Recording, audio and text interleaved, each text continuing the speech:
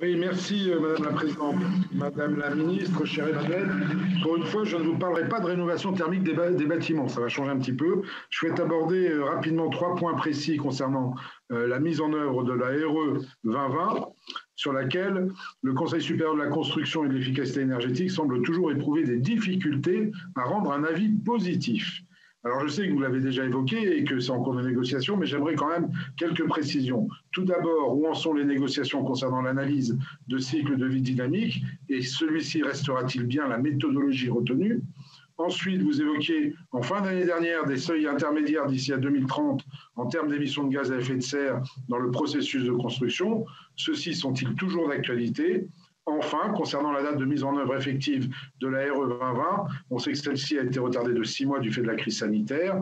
Un nouveau délai de plusieurs mois, dont on sait qu'il a été demandé par certains professionnels du secteur, est-il d'actualité ou cette date sera-t-elle bien maintenue? De ces trois points dont certains suscitent la défiance de plusieurs acteurs du secteur dépendent en grande partie la décarbonation durable de la construction. Merci. C'est pourquoi je souhaiterais avoir vos éclairages sur le sujet.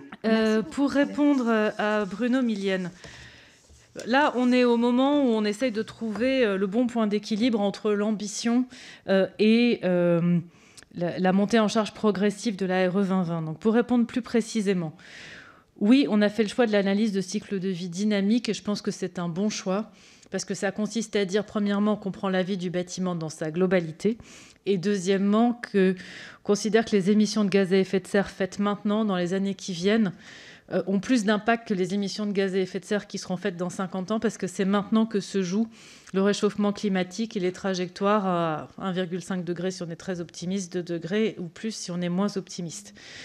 Après, il reste des questions de curseur à l'intérieur de cette méthode, mais a priori, c'est bien la méthode gouvernementale. Après, en ce qui concerne les seuils, on a bien prévu 4 échéances, 2021, donc l'entrée en vigueur, 2024, 2027 et 2030. Là, les discussions sont ouvertes pour savoir quel est le curseur à mettre à quel moment. Mais c'est aussi très important de donner de la visibilité parce que les industriels et les promoteurs sont les premiers à nous dire que 2024, c'est demain. Donc, il faut qu'ils sachent non seulement ce qui se passe en 21, mais en 24, en 27 et même en 30. Donc, c'est la cohérence de la trajectoire qui est importante. Après, il est possible qu'on décale certaines échéances d'un seuil à un autre. Ça, on est encore assez ouvert. Après, sur la date d'entrée en vigueur, enfin, sur 2030 d'abord, l'objectif est de permettre à plusieurs familles de solutions de passer positivement la norme de la RE 2020. C'est-à-dire que la norme elle-même n'emporte pas un seul type de matériaux. Ça favorise évidemment les matériaux biosourcés, puisqu'ils stockent du carbone dans la partie croissance de la plante, mais il est nécessaire que des solutions avec du gros œuvre béton innovant, béton bas carbone, et des isolants biosourcés ou du second œuvre biosourcé ou les deux, passent aussi la rampe. Et donc, ce sont les curseurs qu'on est en train de regarder avec ces différentes filières. Et enfin, sur la date d'application, il n'y a pas de décision prise pour l'instant. Cette réglementation, elle est assez en retard par rapport à son planning théorique.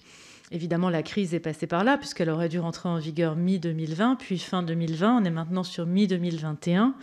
Donc à la fois, je souhaite être pragmatique et à la fois, je commence à penser qu'il n'y a pas de bonne date d'entrée en vigueur d'une réglementation. Et donc, quel que soit le moment où on l'envisage, on aura forcément des gens pour nous dire que c'est trop tôt. Donc à un moment, il va quand même falloir passer à l'acte.